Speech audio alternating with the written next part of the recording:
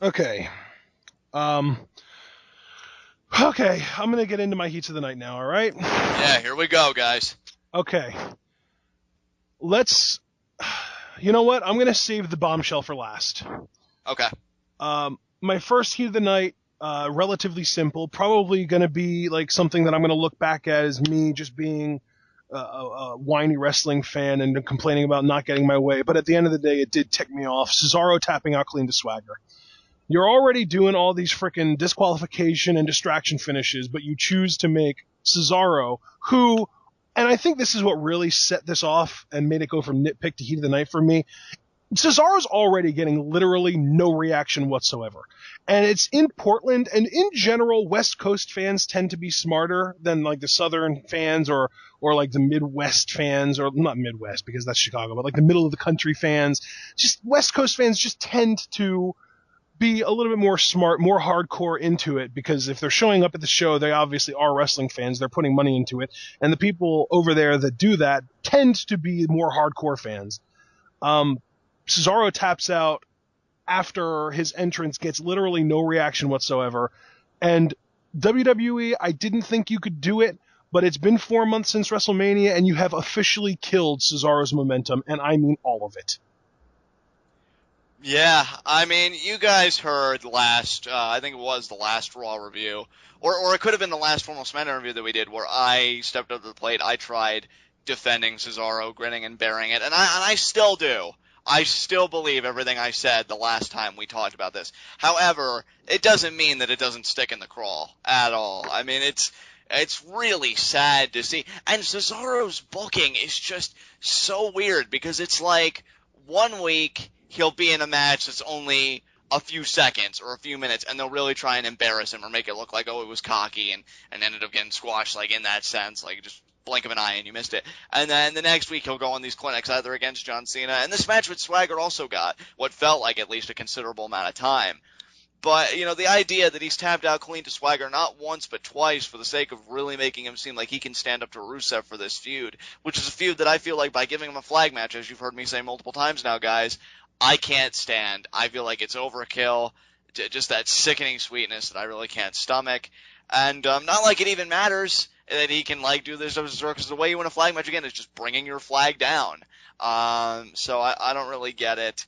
It's a shame where Cesaro is right now. I do think he'll pick himself back up, but then again, hey, this is the same guy that believed Damian Sandow would pick himself back up, and look at what he's doing now. You've got to be careful with how you handle your talents.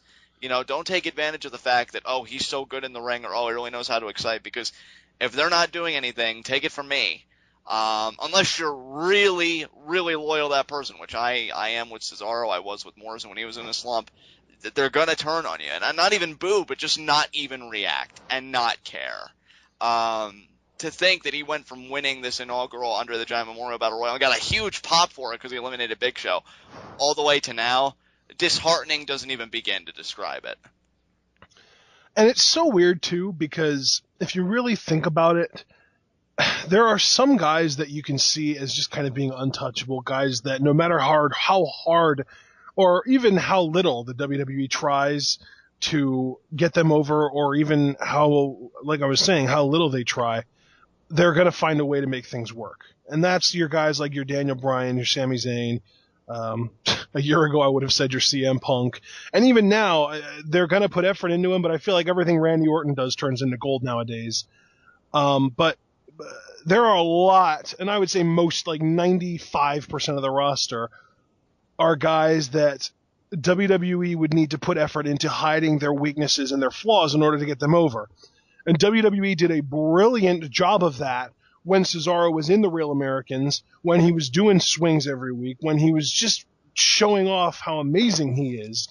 And then he wins the Andre Memorial Battle Royal, and then giving that little taste of babyface Cesaro to the fans, they turn him heel.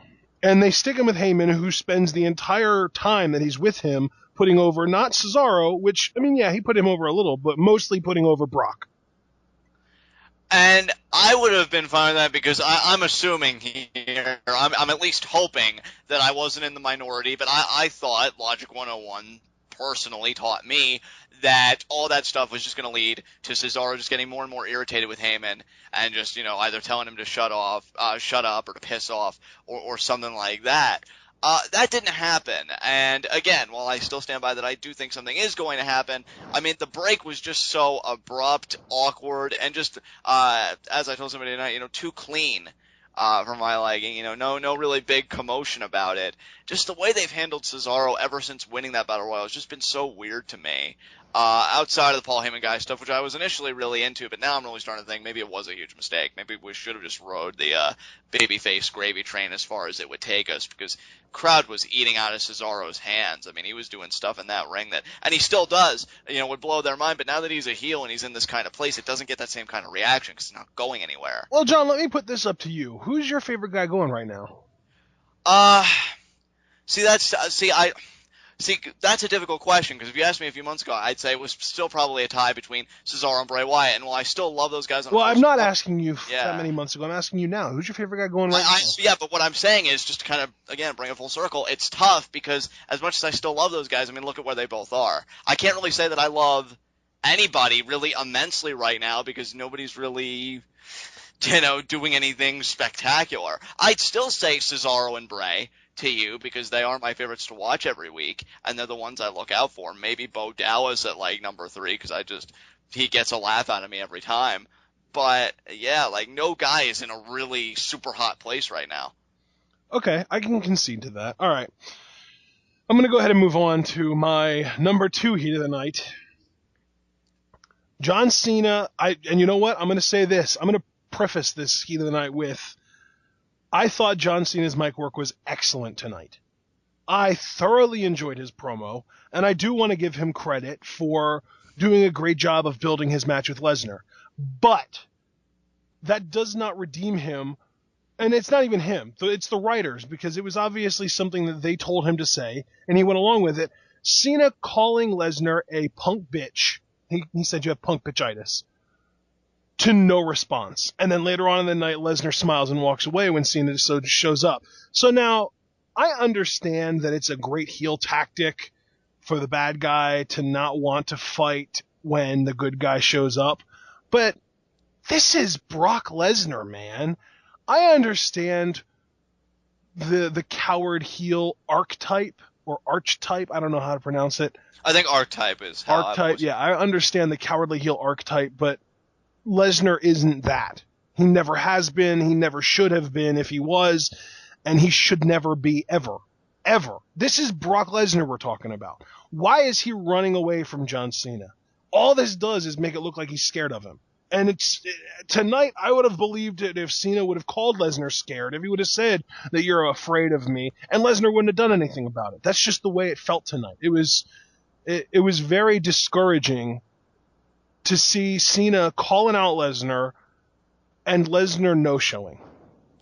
See, Ashton, this heat of the night, I can certainly see why you've made this heat of the night. It's difficult for me because sometimes, there are times I'll really like to play the contrarian to your position, try and show a different point of view.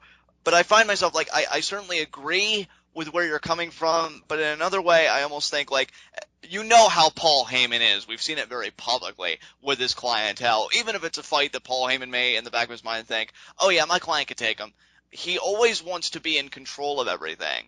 So really where I find fault is that the writers or nobody really tried to make it seem it was like Heyman restraining Brock. He did at the end of the night. He was like, Brock, don't do this. Brock, don't do this. Brock, we go now. And that's fine because you see Brock, he looked like he was ready and raring to go. As far as not answering the call of punk bitchitis, I think that's just more Heyman being like, no, Brock, I know you want to rip him limb from limb, but this is our battlefield.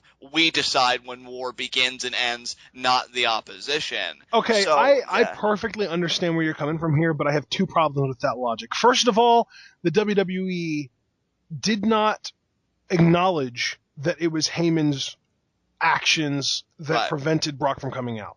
Right. So this is pure fan theory at this point. And second of all, because the last time somebody called Brock a bitch, it was Triple H, and he got his ass whipped that night. See, I don't remember that segment. I'm certain that it happened because I know that feud was very physical at times, but I'm just saying personal memory. I didn't recollect that segment. It's difficult because again, I get where you're coming from, and I wouldn't continue even having it as a heat of the night. I'm just trying to think more along the lines of, oh well, this is probably more Heyman than anybody else or whatever. And you know what, WWE, and see, this is where I said they write themselves into a corner because it may have even been WWE saying, you know what, we really need to sell the network. We're doing this big push. We're really selling this match, almost like it's going to be a legitimate fight in certain aspects. Let's not have any physicality until SummerSlam, and then, that's fine. I actually approve of that. I probably would have been more miffed if they did have any physicality before SummerSlam, to be honest. But if you're going to do that, don't have one guy go that far to use something like that against the heel. See, I too thought Cena's mic work was excellent, so I'm going to try not to come down too hard on him, but I would have preferred if he kept walking that line of being serious but also showing that vulnerability, because I feel like when Cena went there, he was showing way too much confidence going against Brock Lesnar. Especially given his history with Brock, I don't think he should have been that confident. It's weird. It really did feel like a heel tactic, too, because, like, Cena's not going to call Brock out unless he already knew ahead of time that Brock wasn't going to answer it. Right. So this feels like something that 1999 Chris Jericho would have done to Goldberg. Yeah. It's difficult for me because, again, I see absolutely where you're coming from with that heat of the night, but just the whole situation, I'm like, was it really that bad? And I think, yeah, in certain respects it was. Some response should have been made. Even if it was just them having an uplink via satellite, or yeah, something dude, like even if it would have been like something on the Tron, Heyman saying something to justify Lesnar not being there. Maybe Lesnar is like pacing in the background fuming because he wants to go out there and fight, but Heyman tells Cena that he's not going to fight tonight because he doesn't fight for free. That would have been amazing, but no response whatsoever, and it's a heat of the night. Yeah, I think that's really where I will have to concede to you and not really fight it anymore, is because there was not even from Heyman with like a video package or anything, any kind of a response. If Heyman had done that, I would have been like, you know what, it was harmless because Heyman stepped in, not Lesnar. Lesnar clearly was ready and raring to fight, like they did in the main event segment, which I guess we'll get to. But yeah, I can definitely see where you're coming from with this one.